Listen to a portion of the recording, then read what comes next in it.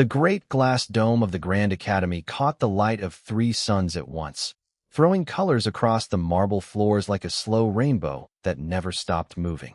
Students from a dozen worlds walked beneath that light every day, and most of them barely noticed it anymore. Wonder became normal when you lived inside it long enough. The Academy sat at the center of a small moon that had been hollowed out and rebuilt over 500 years. It was not a school in the small sense of the word. It was the place where the smartest young minds of the galaxy came to prove themselves, to be shaped into scientists, thinkers, and leaders who would one day guide entire star systems. Getting in was hard, staying in was harder, and graduating with honors from the Advanced Cognition program was something only a handful of students managed each generation. Daniel Reyes did not come from a world known for its brilliance. Humans had only joined the wider galactic community a few decades ago, and many of the older species still saw them as new arrivals, barely past their own growing pains. Some aliens were polite about this. Others were not. Daniel had learned to let most of it slide off him like rain on a window. He sat near the back of the lecture hall, a large circular room built to hold students of many different shapes and sizes. Some of his classmates had 4 arms. Some had skin that shimmered when they were nervous. One had no visible eyes at all, but somehow always knew when someone was staring at her. Daniel found all of it fascinating rather than strange. He had grown up reading about the stars, and now he sat among people who came from them. Around him, the other students talked in quiet, confident voices about the exam that was coming. It was not just any exam. It was the final question, a single problem given at the end of every advanced course, one that had a strange kind of fame across the entire academy. In 500 years, no student, from any species, had ever solved it in the time given. Some had come close. Most had failed completely. A few had walked out of the room in tears. "It is simply a matter of preparation," said a tall student with pale blue skin, adjusting the data pad strapped to his wrist. "My people have studied every known version of the question. We will not fail where others failed." Another student, small and quick in her movements, laughed softly. "Everyone says that before the exam. Then they walk out looking like they saw a ghost." Daniel listened without joining in. He had heard about the final question since his first week at the academy. Older students spoke of it the way sailors once spoke of storms at sea, with a mix of respect and fear. Nobody knew exactly what made it so difficult. It was not a simple math problem or a memory test. It was something else, something that seemed to break the usual rules of thinking that most students had been trained to follow their whole lives. At the front of the room, the doors slid open with a soft hiss, and the class fell silent almost at once. Director Ilvos walked in, moving slowly, the way old and important people often do, as if time itself had learned to wait for them. Ilvos was one of the oldest teachers at the academy, a member of a species that lived for centuries and had seen more history than most planets could remember. Rumors said Ilvos had personally written parts of the academy's curriculum long before most of the students in the room had been born. "Tomorrow," Ilvos said, in a voice that was calm but carried easily to every corner of the hall, "you will face the final question. I will not tell you what it is. I will not tell you how to prepare. I will only tell you this. In 500 years, this question has never been answered within the time given. Many have tried. All have failed." A ripple of nervous energy moved through the room. Daniel noticed the confident blue-skinned student sit up a little straighter, as if accepting a challenge meant just for him. "Do not come to me afterward asking why you failed," Ilvos continued. "The question does not care about your intelligence, your species, or your reputation. It asks something simple, and yet almost no mind has ever answered it in time." The class ended soon after, but the mood in the hallways stayed heavy the rest of the day. Small groups of students gathered outside classrooms, trading theories about what the question might involve. Some believed it was a trick of language. Others thought it tested memory across impossible amounts of information. A few, only half joking, said it was designed to be unsolvable on purpose, just to remind students that some things were bigger than their own cleverness. Daniel walked back to his room alone, passing under the great dome again as the 3 suns began to set together, turning the sky outside into layers of orange and violet. He thought about the exam, not with fear exactly, but with a quiet kind of curiosity. He did not know what the final question would ask. He only knew that tomorrow, for the first time since arriving at the academy, Every student in his class would be tested by the exact same problem, at the exact same time, with nowhere to hide behind species or reputation. That night, while many of his classmates studied deep into the dark hours, running through old data and complex training programs, Daniel did something simpler.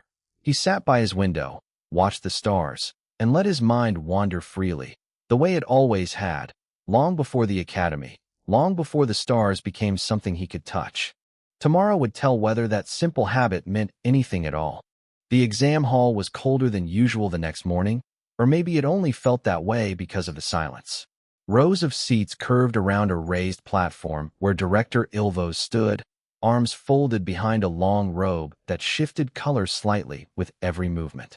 No screens glowed. No data pads buzzed. Every device had been collected at the door, leaving each student with nothing but their own mind and a single blank writing pad. Daniel sat near the middle of the room this time, not by choice, but because the seats had been assigned by an old system nobody understood anymore. To his left sat the pale blue-skinned student named Vorin, who had spent half the night, according to rumors, running simulations of every past exam question he could find. To his right sat a quiet student whose species communicated partly through soft clicking sounds, calm on the outside, but tapping one clawed finger against the desk in a slow, steady rhythm that betrayed her nerves. Ilvos raised a hand, and the room fell into complete silence. "You each have 10 minutes, Ilvos said. "The question will appear on your pad the moment I finish speaking. You may not speak to each other. You may not leave the room. When your time ends, your answer ends with it, finished or not." A soft chime rang through the hall, and words appeared on every pad at once. The question itself looked deceptively short. Daniel read it twice before letting it settle in his mind. It described a situation where a group of travelers had limited resources, an unknown threat approaching from an unknown direction, and no way to gather more information before a decision had to be made. The question did not ask for a single fixed answer. It asked what the travelers should do, and why, using only the information given, none of which was complete. Around the room, expressions began to change almost immediately. Vorin's easy confidence from the day before disappeared within the first minute. His eyes moved rapidly across the pad, and his hand hovered over the writing surface without touching it, as if searching for the exact correct formula before daring to commit to anything. A tall student near the front, known for winning nearly every academic competition in his home system, began writing quickly, filling line after line with dense equations and probability models. He seemed to believe that enough calculation could force the question into giving up a clean, certain answer. Halfway through, he stopped, stared at what he had written, then started over from the beginning, his jaw tightening. Minutes passed. The soft clicking sound to Daniel's right grew faster, more uneven. The student beside him tried 3 different opening lines, crossing out each one before finishing a full sentence. Daniel understood, watching them, exactly what made the question so difficult for many of them. Most of his classmates had been trained their entire lives to search for the one correct, provable answer. Their cultures and their studies rewarded precision, certainty, clean logic that could be checked and proven true. But this question offered no such comfort. It was built entirely around missing pieces, around uncertainty that could never be fully solved, only managed. Vorin finally began writing, his pen moving in short, sharp strokes. He filled his pad with careful reasoning about resource distribution and threat probability, building an answer that was technically impressive, full of structure and logic. But even as he wrote, Daniel could see the tension in his shoulders, the small pauses where he clearly doubted his own conclusions. The tall student in front gave up on his equations entirely with 2 minutes remaining and began writing a short, simple answer instead, panic pushing him toward the very approach he had avoided at the start. It was too late for that shift to feel confident. His handwriting grew messier line by line. The clicking student beside Daniel finally settled on an answer near the end, her clawed hand trembling slightly as she wrote her final words. She did not look proud when she finished. She looked exhausted. Daniel had already read the question 3 times, turning it over slowly in his mind, letting the shape of it settle before he wrote anything at all. He was not thinking about formulas or proofs. He was thinking about people, about what it actually felt like to stand somewhere unfamiliar with limited supplies, and an unclear danger nearby, forced to choose without waiting for perfect certainty. It was a feeling he understood without needing to calculate it. The chime rang again, and every pad locked at once, freezing each answer exactly as it stood, finished or not. A few students let out quiet breaths of relief. Others stared at their pads with open frustration, clearly aware they had run out of time before reaching any real conclusion. Ilvos moved slowly along the rows, collecting nothing physically, since the pads transmitted everything automatically, but watching each student's face as if reading something deeper than the words they had written. When Ilvos reached Voron's row, the old teacher paused only a moment before moving on, expression unreadable. Daniel noticed something as Ilvos passed his row too. The teacher's steps slowed slightly, and for just a second, sharp old eyes studied him with an interest that seemed different from simple observation. Then Ilvos continued on, and the moment passed. No results were given that day. Ilvos simply announced that answers would be reviewed carefully, and that further discussion would follow. The class left the hall in near total silence, none of the usual chatter or theories filling the hallway afterward. Even Voron, normally quick to speak, walked out without a single word, his expression distant and uncertain. Daniel walked out last, glancing back once at the empty hall, wondering quietly what Ilvos had seen in that brief, searching look. 3 days passed before the results were posted, and in that time the entire academy seemed to hum with quiet tension. Students who normally spent their evenings in the open courtyards, talking and laughing between classes, instead kept to themselves, replaying the exam in their heads, wondering what they had missed.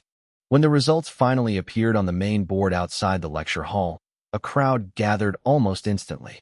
Names and scores scrolled down the screen in careful order, and a heavy silence spread through the students as they read. Every single score showed the same result. Incomplete. Unsolved. Not one student, out of the entire class, had produced an answer that satisfied the question's true demands. Voron's detailed calculations were marked as technically sound, but ultimately incomplete, missing the deeper reasoning the question required. The tall student's rushed final answer fared even worse, judged as a guess dressed up in scientific language. Even the quiet clicking student, whose answer had shown real thoughtfulness, fell short in ways the scoring system explained in dense, technical notes that few students fully understood. It was, in a strange way, exactly what everyone had expected. 500 years of failure was not broken by a single class. And yet there was something different about seeing it happen in person, watching classmates who considered themselves brilliant walk away from the board with tight, unreadable expressions. Daniel checked the board later that evening, once the crowd had thinned. He found his name near the bottom of the list, in a separate section reserved for late results still under review. Beside his name, instead of a score, was a simple note. Report to Director Ilvos immediately. He felt a small flicker of nervousness, though not the kind that came from fear of trouble. It was more curiosity than anything else, mixed with the same instinct that told him something unusual was happening. Ilvos's office sat near the top of the Academy's central tower, a quiet room lined with shelves of old physical books, a rarity in an age where most information lived inside data systems. Sunlight from the setting sun spilled across the floor in long golden lines as Daniel stepped inside. Ilvos sat behind a wide desk, Daniel's exam pad glowing softly in front of the old teacher, the answer displayed clearly on its surface. Sit, Ilvos said, gesturing to a simple chair across from the desk. Daniel sat, unsure exactly what to expect. Your answer, Ilvos said slowly, was correct. For a moment, Daniel wasn't sure he had heard correctly. Correct? But the notice said incomplete for everyone. For everyone else, Ilvos corrected. Your answer was reviewed separately and confirmed independently twice, because I did not believe what I was seeing the first time. The old teacher's eyes studied him carefully, the same searching look from the exam hall now fully focused on him. In 500 years, no student has solved the final question within the time given. You solved it in under 30 seconds. Daniel sat in stunned silence, trying to process the weight of what he was hearing. He remembered the exam clearly, remembered reading the question twice, thinking about it briefly, then simply writing what felt true to him. It had not felt like some great struggle. It had felt almost obvious. I don't understand, Daniel admitted. It didn't feel difficult. I just thought about what I would actually do if I were really there, without knowing everything. Ilvos leaned back slowly, folding long fingers together. That is precisely the point, and precisely what almost every other student in this room, and every student before them, has failed to grasp. The question does not ask for a perfect answer built from complete information. It asks what a mind should do when complete information will never come. Most species arrive at this academy, trained from childhood to seek certainty, to calculate until doubt disappears. When doubt cannot be removed, many of them freeze, or force an answer that is not truly theirs, built instead from formulas that were never meant to carry that kind of weight. Daniel thought back to Voron's tense shoulders, to the tall student's rushed and messy final lines, to the clicking student's exhausted expression after finishing. He understood now what he had been watching without fully realizing it.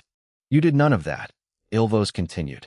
You accepted uncertainty as a normal part of the problem, rather than an obstacle to be erased.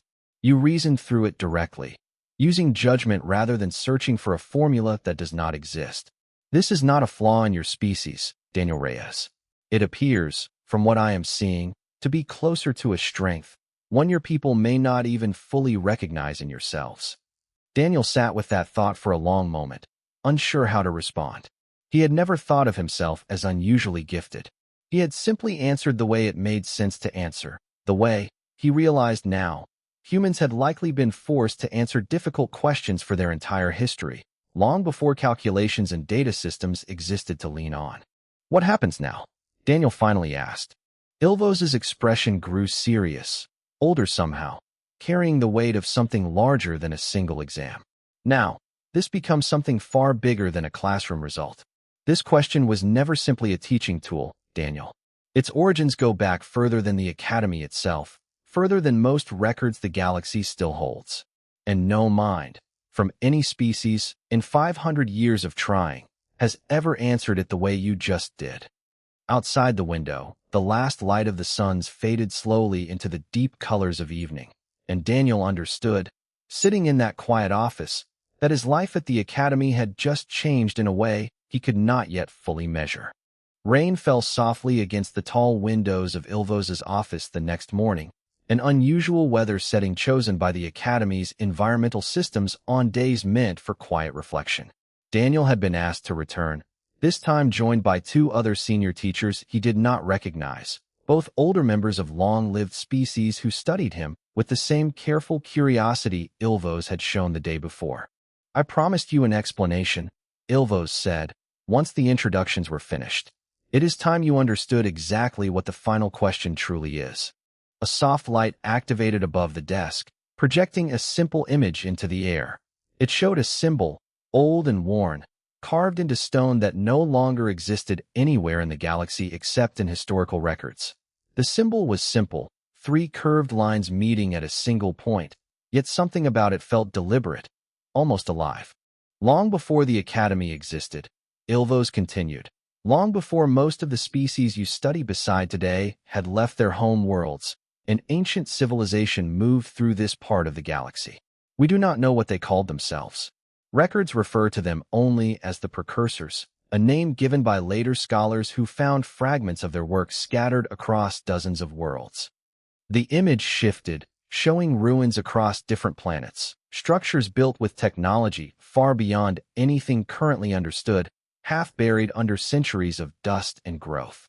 They left very little behind, Ilvos said, but what they did leave was carefully chosen. Among their remaining works, scholars discovered a single recurring pattern, a type of test embedded within ancient teaching structures, repeated across many different sites, always structured the same way. A single question, requiring judgment under permanent uncertainty, with no possible way to calculate a perfect answer.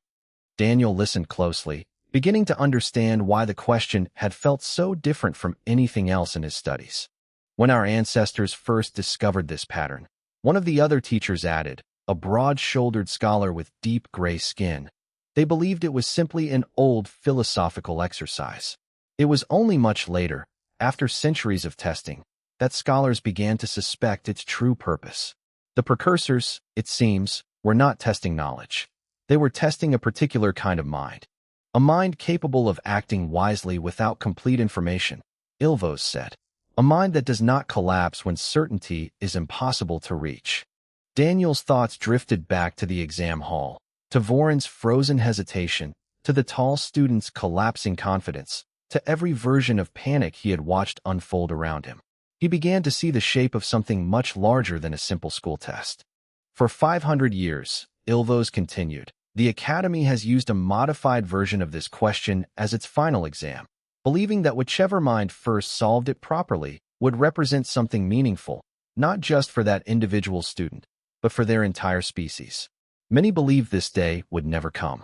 Some scholars quietly began to suspect the question itself might be unsolvable within any reasonable time limit, a flaw carried forward from technology or thinking we no longer fully understand. And now, Daniel asked quietly. Now, Ilvos said, we understand it was never a flaw. It was simply waiting. The gray-skinned scholar leaned forward slightly. Your species is young, Daniel Reyes, by the standards of most worlds represented here. Humanity has only recently joined the wider galactic community, and many, myself included at times, viewed your people as inexperienced, still learning basic lessons that older species mastered long ago. Daniel felt a familiar tension at those words, though the scholar's tone held no real insult, only honest reflection. But history rarely unfolds the way expectation predicts, the scholar continued. Your species evolved under conditions many older civilizations left behind long ago. Constant unpredictability, limited resources, threats that could not always be measured or fully understood before a decision had to be made. Where other species built their intelligence around control and certainty, your history seems to have shaped something different. An intelligence built around adaptation itself. Ilvos nodded slowly. It is, perhaps, why no other species has solved this question in 500 years, and why you solved it in under 30 seconds without visible struggle. It was not simply talent, Daniel. It may be closer to instinct, something built deep into how your people think, shaped by circumstances few of us fully appreciated until now. The room fell quiet for a long moment, rain still tapping softly against the windows outside. This cannot remain a private matter, Ilvos finally said. The Academy's leadership has already been informed. Given the origins of this question and its connection to precursor history, this result will draw attention far beyond these walls, from scholars, from officials, likely from entire governments curious about what this means. Daniel felt a small knot form in his stomach. I didn't do this to prove anything about my species. I just answered the question. That, Ilvos said, with something close to a faint smile, is very likely part of why you succeeded where others could not. You were not trying to prove anything at all. You were simply thinking, the way your people have always been forced to think, without the luxury of waiting for perfect certainty.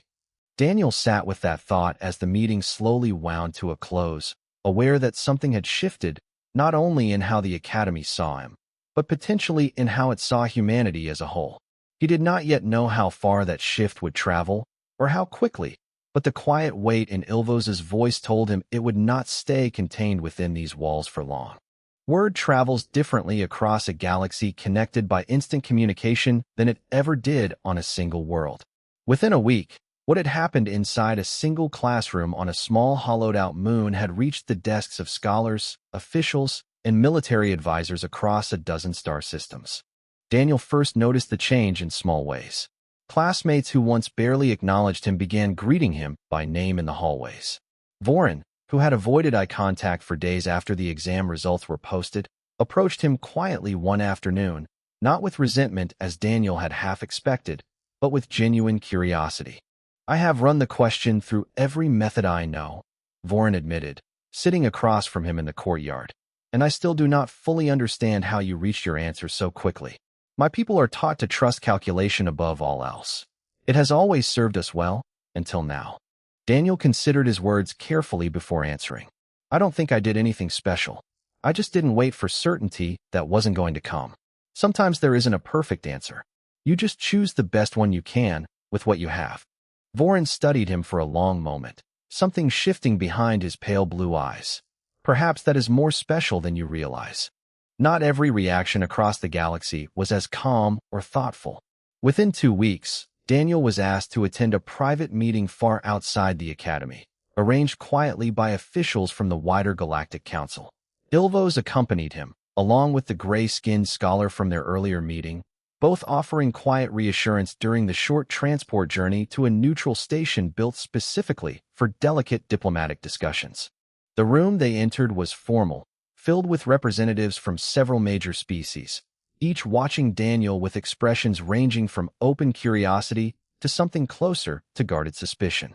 A tall, sharp-featured official spoke first, his tone polite but pointed. "We are told a human student solved a problem no other species has solved in 5 centuries, he said. Some among us find this remarkable. Others find it concerning. Concerning in what sense? Ilvos asked calmly. An intelligence capable of acting decisively under uncertainty, the official continued, is not only useful in academic exams. It is precisely the kind of intelligence valued in conflict, in strategy, in situations where hesitation costs lives. If humanity possesses this trait more naturally than the rest of us, some governments will view that as an advantage. Others may view it as a threat." The room grew tense at those words. Daniel remained quiet, choosing his moment carefully rather than reacting immediately. "I understand why that sounds concerning," Daniel finally said, his voice steady despite the weight of the room's attention. "But I don't think this is about one species being better than another. It's just different. My people grew up needing to make hard choices without waiting for perfect information, because waiting often wasn't an option. That doesn't make us dangerous. It just means we're comfortable with something that makes a lot of other species uncomfortable." A quieter voice spoke from further down the table, an older representative with soft golden markings across her face. "Perhaps instead of fearing this difference, we should consider learning from it. Every species here has strengths built from their own history. This may simply be one strength the wider galaxy has been missing until now." The meeting continued for some time, moving between debate, careful diplomacy, and cautious curiosity. By the end, no immediate decisions were made. No policies changed overnight. But something subtle had shifted in the room, a quiet acknowledgement that humanity, once dismissed as young and inexperienced, had just demonstrated something no other species had managed in 500 years.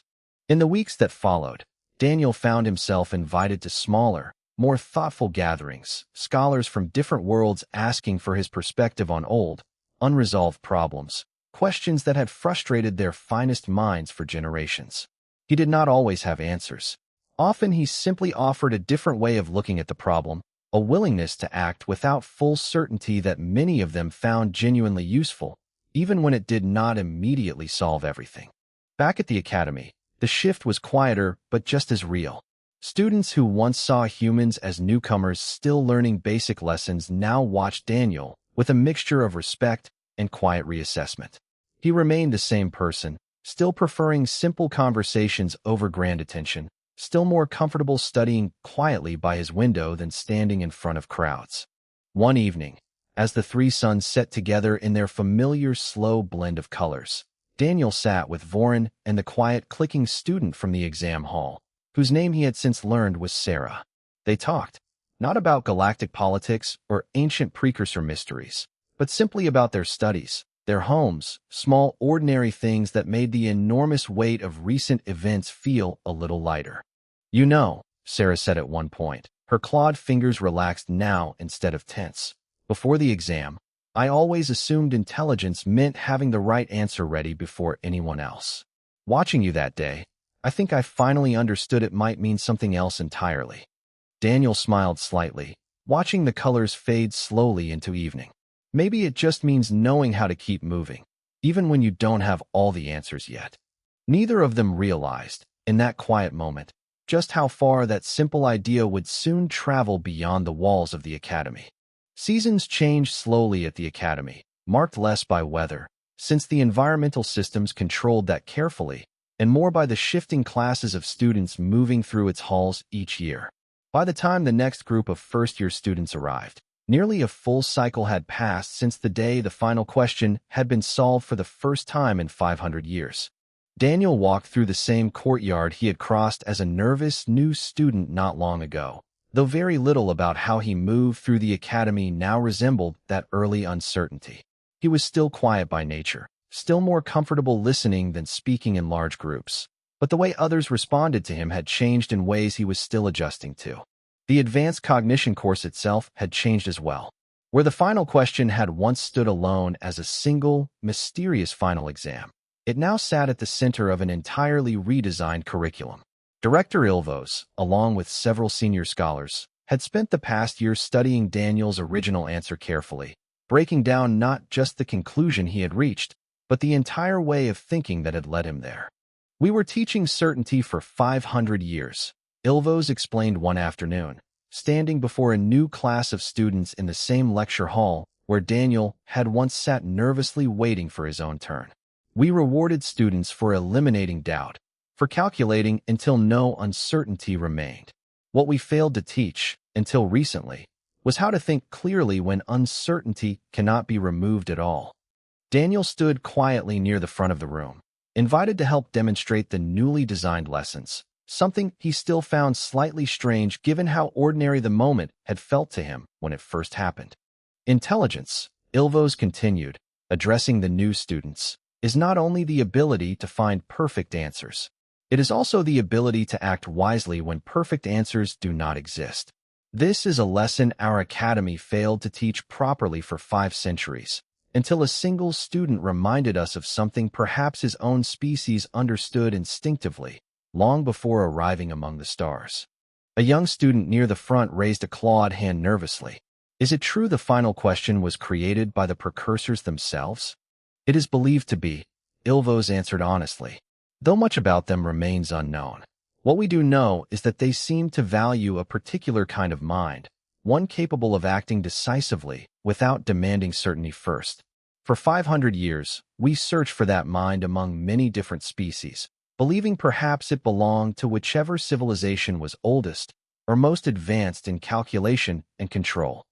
Ilvos glanced briefly toward Daniel before continuing. "Instead, we found it in one of the youngest species to join our community, shaped not by centuries of careful control, but by circumstances that demanded adaptability simply to survive. Perhaps that is a lesson in itself, that wisdom does not always come from the oldest or most advanced among us." After class ended, Daniel lingered in the courtyard as the new students filed out, some glancing at him with quiet curiosity, clearly aware of who he was even without introduction. He no longer felt the same discomfort he once did under that kind of attention. It had simply become part of his life now, something he carried without letting it change who he actually was underneath it. Voren found him there, as he often did these days, along with Sarah, both now senior students themselves, preparing for their own final projects before leaving the academy entirely. "They are already telling the story differently," Voren said, a faint smile on his face. "I heard a first-year student describe it as though you battled some ancient trial of fire and shadow. I do not remember quite so much fire involved." Daniel laughed softly. "It was just a question. I just answered it the way it made sense to answer it." "That," Sarah said, settling onto the low stone bench beside him, "seems to be exactly the point everyone keeps missing. It was never about grand battles or dramatic struggle. It was about simply trusting your own judgment when nothing else was certain."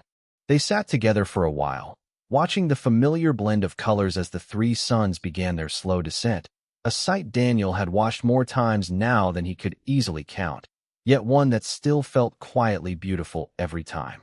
Word had continued spreading beyond the academy over the past year, reaching further corners of the galaxy than Daniel could fully track.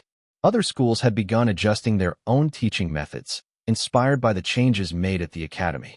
Diplomatic circles, once uncertain how to view humanity's growing reputation, had slowly shifted toward curiosity and cautious partnership rather than suspicion, though Daniel understood that some quiet wariness would likely remain among certain groups for a long time yet. None of it changed who he was at his core. He still preferred simple mornings by his window, still found more comfort in quiet thought than public attention, still answered honestly rather than trying to sound impressive whenever scholars or officials asked for his opinion on some new unsolved problem. As the suns finally dipped below the horizon, painting the sky in its familiar fading colors, Daniel thought back to that first exam.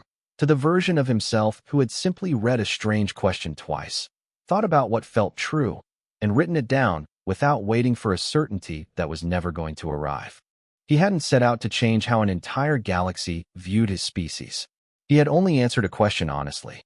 Sometimes he was beginning to understand. That was enough to change everything.